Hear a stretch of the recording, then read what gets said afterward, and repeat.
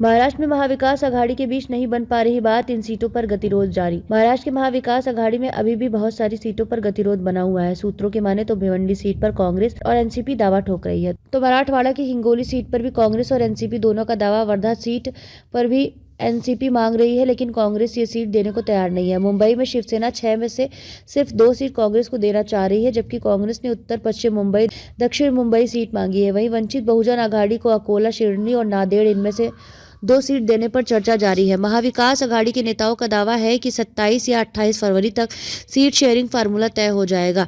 इसमें कांग्रेस को 18 से 19 सीटें, शिवसेना यूबीटी को 18 से 19 सीटें, एनसीपी को 6 से 8 सीटें, वंचित बहुजन आघाड़ी को 2 सीट, राहुल ने ठाकरे और पवार को लगाया। वहीं एमएवीए का कहना है कि उनके बीच लगभग सहमति बन गई है, इसलिए एमवीए ने चुनाव प्रचार शुरू कर दिया। आज पुणे में ज्वाइंट सभा हो रही है, जिसको शरद पवार, नाना पटोले और आदित्य ठाकरे संबोधित करेंगे। इसके अलावा राहुल गांधी की उद्धव ठाकरे और शरद पवार से परसों ही फोन पर बात हुई है। राहुल ने शरद पवार और उद्धव ठाकरे को कहा है कि महाराष्ट्र के दोनों जानकार हैं, मिलकर बैठकर तय कर ले, जिसकी ताकत जिस सीट पर है उसे वह सीट मिले।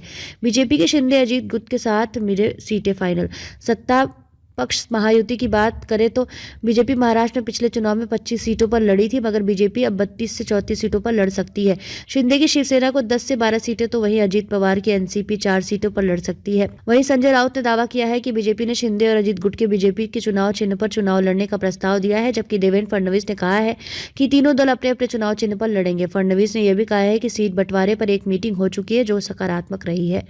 एनडीए में सीट बंटवारे में कोई परेशानी नहीं होगी। 28 फरवरी तक एमवीए करेगी सीटों का ऐलान। वहीं कांग्रेस प्रवक्ता अतुल लोंढे पाटिल ने सीट बंटवारे पर कहा है कि एमवीए में सीटों के बंटवारे पर लगभग सहमति बन गई है और 27 या 28 फरवरी को सीट बंटवारे का ऐलान कर दिया जाएगा। एमवीए में कोई मतभेद नहीं है, कोई विवाद नहीं है। विवाद होने की खबरें सिर्फ बीजेपी फैला रही है। वंचित बहुजन आघाड़ी भी हमारे साथ होगी और उनमें भी बात चल रही है। कांग्रेस प्रवक्ता ने कहा एमवीए में सहमति बन गई है, इसलिए आज से पुणे में एमवीए की ज्वाइंट रैली हो रही है, जिसमें तीनों पार्टी के नेता शामिल होंगे और बीजेपी पर हमला बोलेंगे।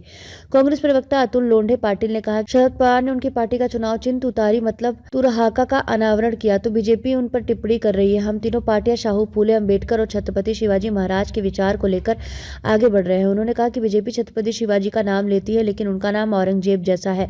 मुख्यमंत्री मलंगगढ़ पर जा रहे राजा सिंह के सभा को मंजूरी मिल गई है। बीजेपी का काम ही लोगों में झगड़े लगाना और असली मुद्दों से ध्यान भटकाना है।